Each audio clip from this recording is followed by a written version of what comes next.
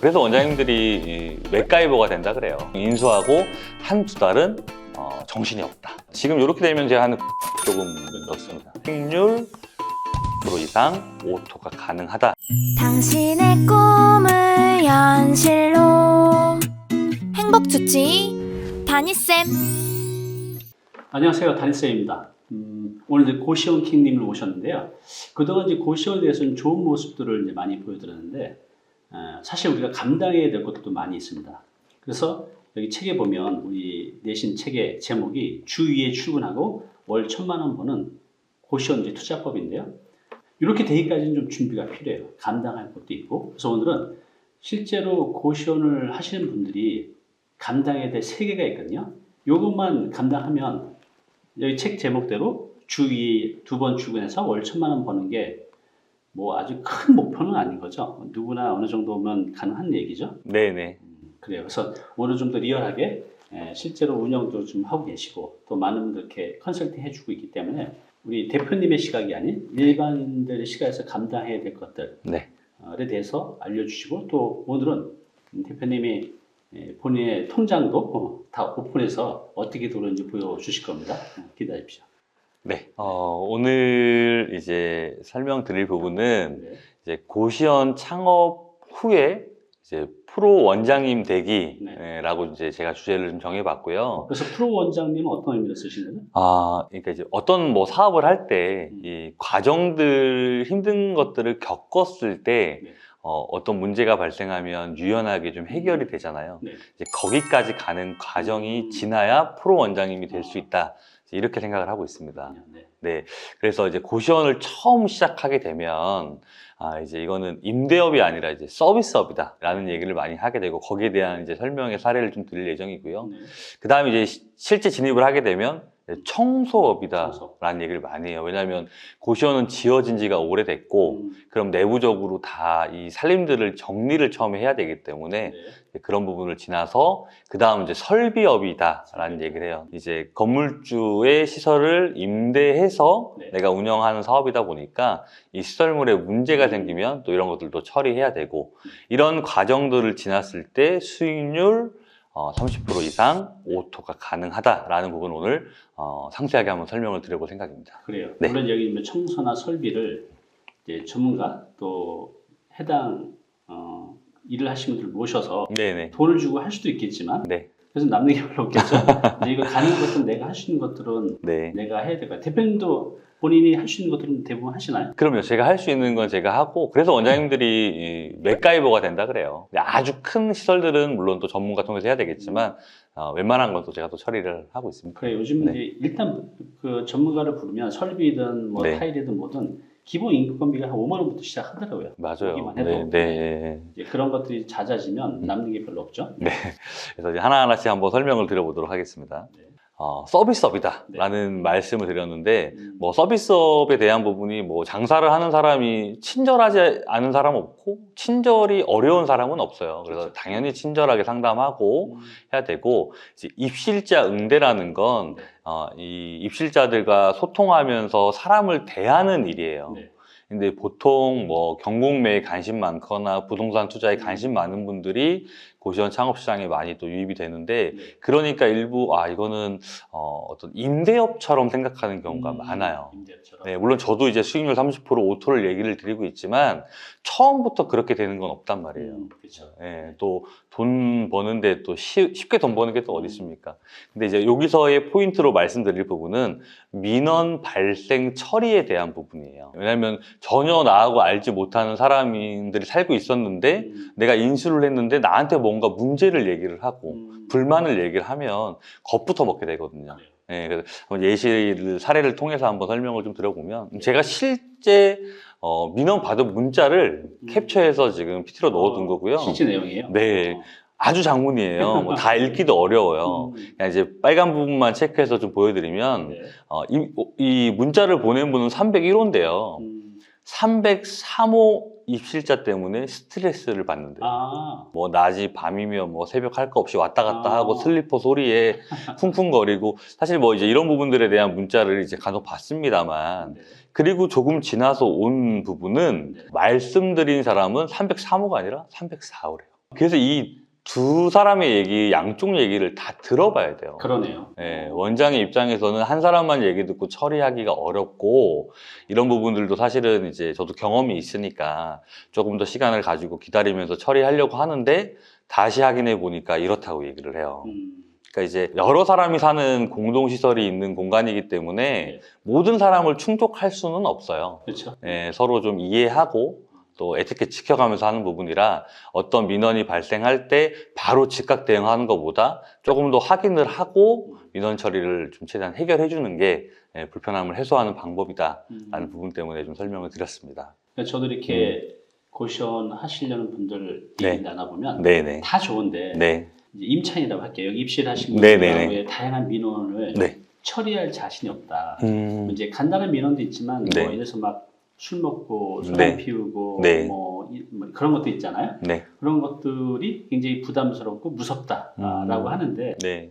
어떻게 생각하세요? 사실 제가 있는 고시원에는요, 뭐 술을 드시는 분들은 당연히 있죠. 예, 근데 뭐 술을 먹고 소란을 피거나 뭐 난동을 피우거나 이제 그런 사람은 사실 없어요.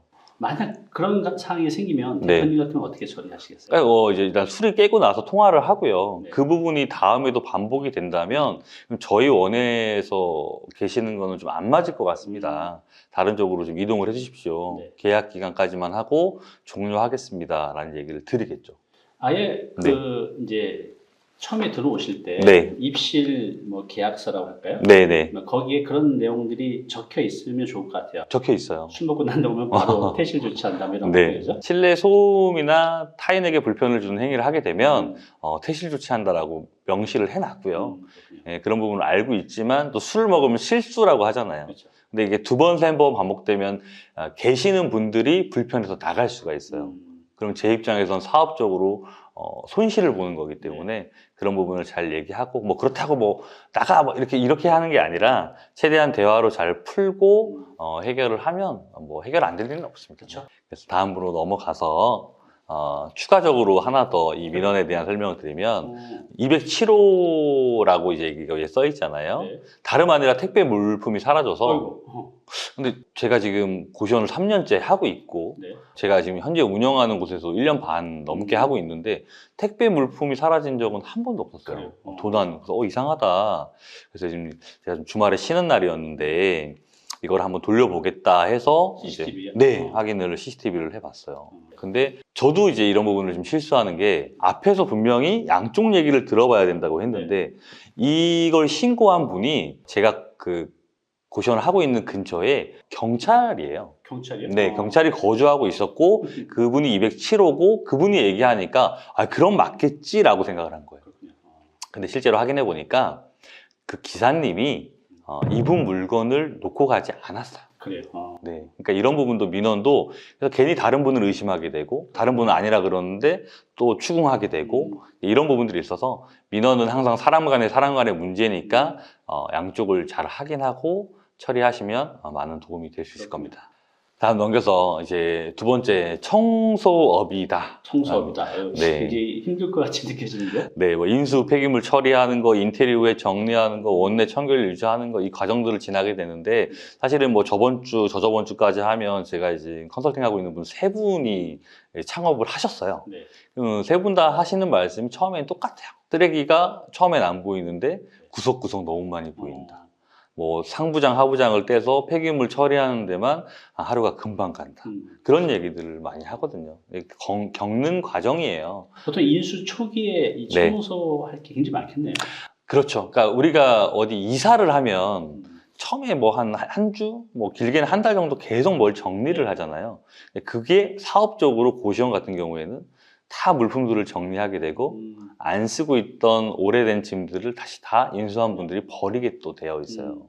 그러니까 너무너무 이제 치울 게 많은 업이라 처음에 청소업이다. 그래서 이제 보통 인수하고 한두 달은 정신이 없다. 그러면 네네, 그런 얘기를 한두 하는 달 거예요. 지나고 어느 정도 안정화되면 네. 이제 5개월, 6개월 돼가면 네. 그때도 청소업이다라는 게 맞는 말인가요? 아니죠. 그때는 이제 운영을 해야 되니까 네.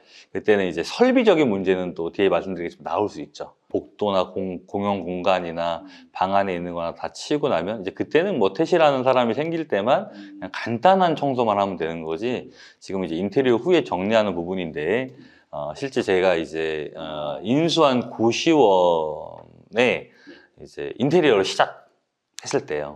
뭐 도어락도 제가 직접 다 아는 원장님 2분 더 해서 설치를 직접 다 했었고 이런 부분들을 다 정리하는데 물론 이제 업자분들이 오셔서 좀 치우고 하지만 그래도 좀 남는 것들을 깔끔하게 치워주거나 그러진 않거든요. 그러니까 제가 아침에 나가서 하고 있는 거 다 보고 좀 또 저대로 일을 하다가 이제 보통 6시면 업무가 끝나시잖아요. 네.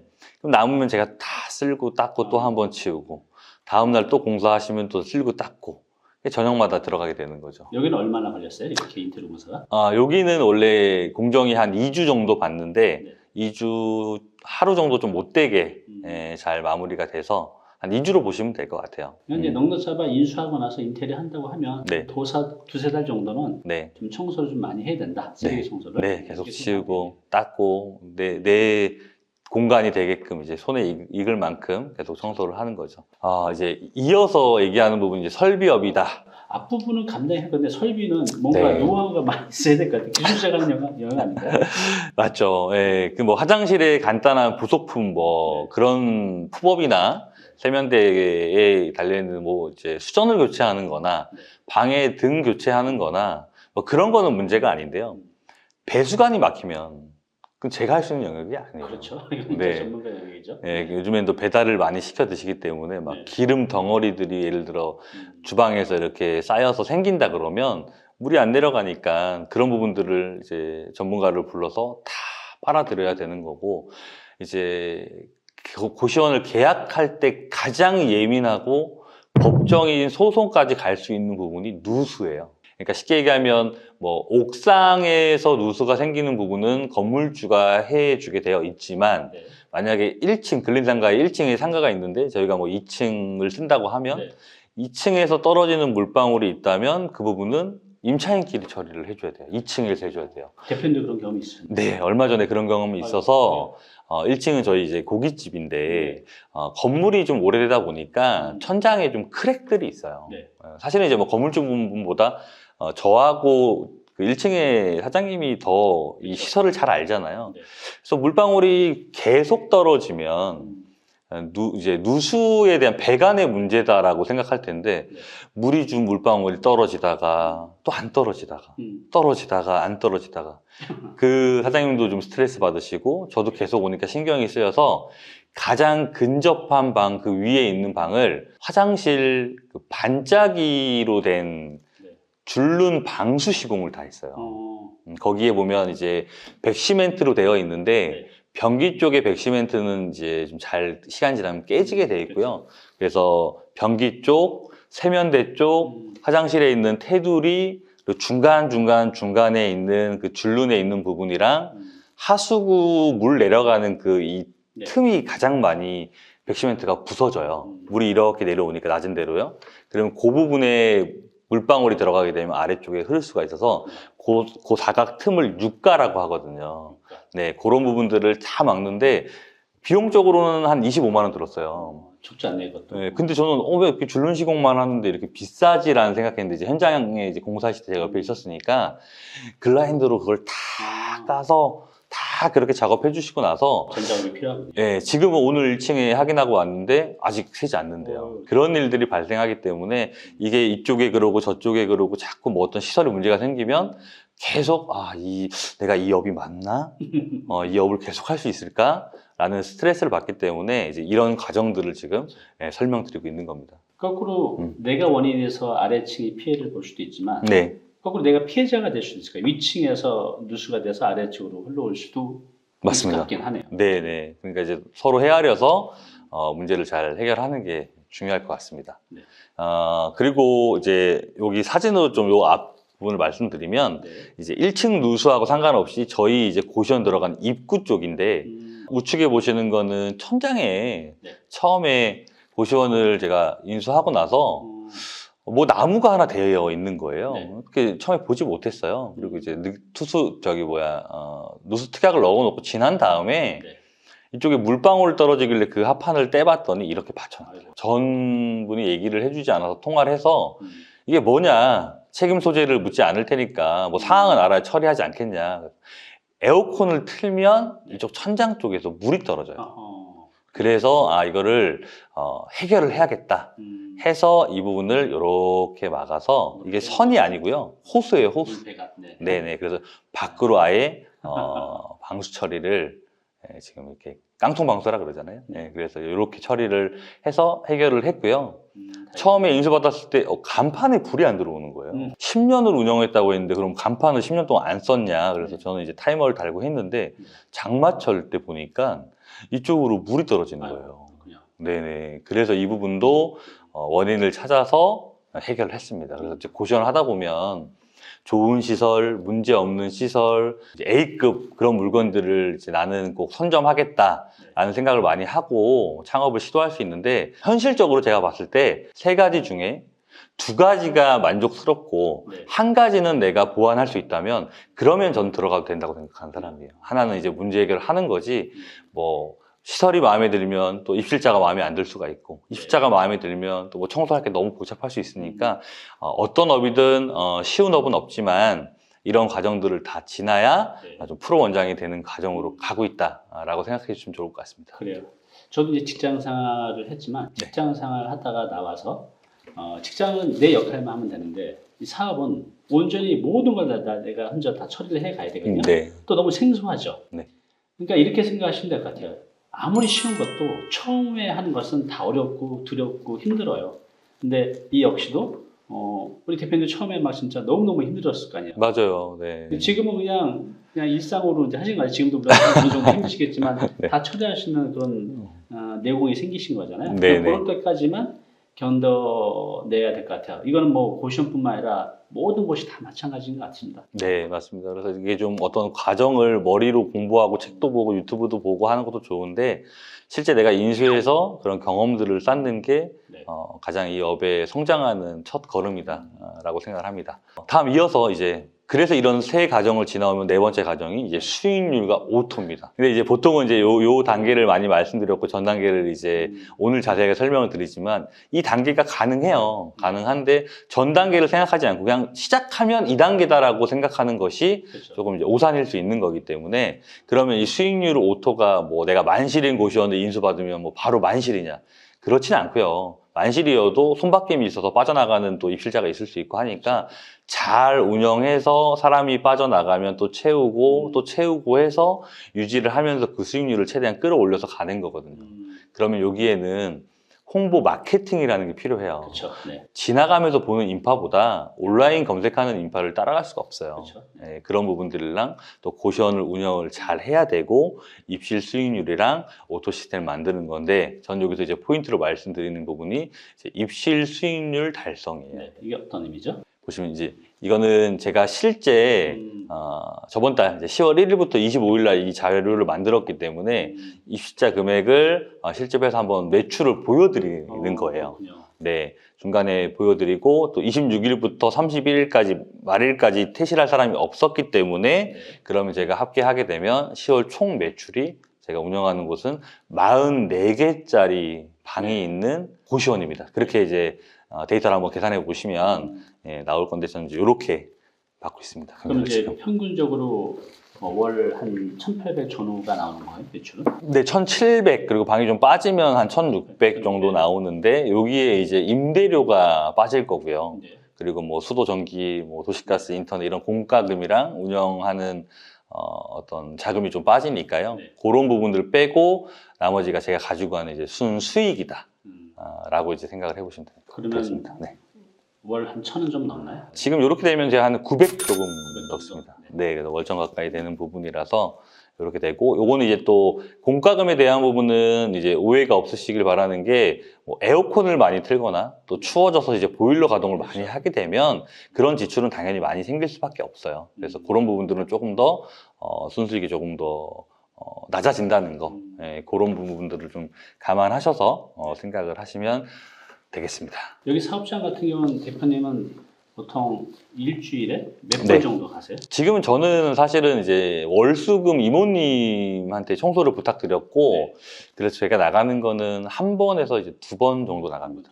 네. 그러면 한 번, 두 번 가면 거기서 하루 종일 계시나요? 아니요, 그렇지 않고요. 제가 이제 뭐 정리해야 될 거, 뭐 말일날 예를 들어 뭐 현금 영수증 발행 의무 업종이기 때문에 네. 뭐 그런 부분들은 저는 그냥 홈택스 말고 카드 단말기로 다 끊어요. 그렇군요. 그거랑 또 입금을 이제 받으면 또 엑셀 파일을 또 고시원 그 사무실에서 정리하기 때문에 뭐 그런 자료 좀 정리하고 네. 예, 그렇게 한 바퀴 좀 둘러보고 예, 그렇게 체크하고 들어옵니다. 그래요. 네네. 여기 이제 마지막에 네. 굉장히 멋진 명언을 남겨주셨어요. 가장 큰 위험은 이형 없는 삶이다. 네. 요즘은 그런 것 같아요. 직장인들이 이제 100세 시대를 살아가면서 뭔가 투자, 재테크, 도전을 하지 않으면 내가 벌어온 돈 갖고 또 뭐 50대, 60대 은퇴해서 40년, 50년을 견딜 수는 없죠. 네. 뭔가를 또 도전해서 내가 계속 살아갈 수 있는, 그래서 살아간다는 표현은 돈이죠, 일단. 이 부분이 어떻게 되겠지라고 생각하시는 분들이 굉장히 많아요. 이제 상당히 그래요. 놀랍게도 어떻게 되겠지. 또 금신 걱정은 많았지만 구체적인 또 방법이나 행동은 없으신데 미리 준비해야 된다. 제가 좀 10년 넘게 상담을 하면서 제가 가장 많이 듣는 얘기가 60대 분들이 이런 말씀하세요. 내가 이렇게 살 줄은 꿈에도 생각지 못했다. 본인의 인생 시나리오 이건 없었다는 거죠. 근데 정말로 놀랍게도 많은 분들이 끔찍한 상황을 닥치게 되면서 직장 다니실 때 미리미리 준비하셔야 됩니다. 그리고 직장 다니시다가 한 2, 3년 전부터는 직장 생활을 좀 기본만 하시고 플랜 B를 준비하셔야 돼요. 그죠? 네. 네, 오늘 고시원 킹님 모시고 고시원 창업 만만치 않아요. 서비스업이다, 청소업이다, 설비업이다. 이걸 감당해낼 수 있어야 됩니다. 근데 다들 이제 하고 계시니까 어렵지만 이게 계속 어려우면 힘든데 처음에 좀 어렵고 이제 조금씩 쉬워진다는 거죠. 그래서 이렇게 되면 수익률도 한 30% 정도, 또 오토 시스템이라고 하죠. 우리 대표님처럼 일주일에 한두 번 정도 나가서 일하면서 30% 정도 수익률을 만들 수 있는 거.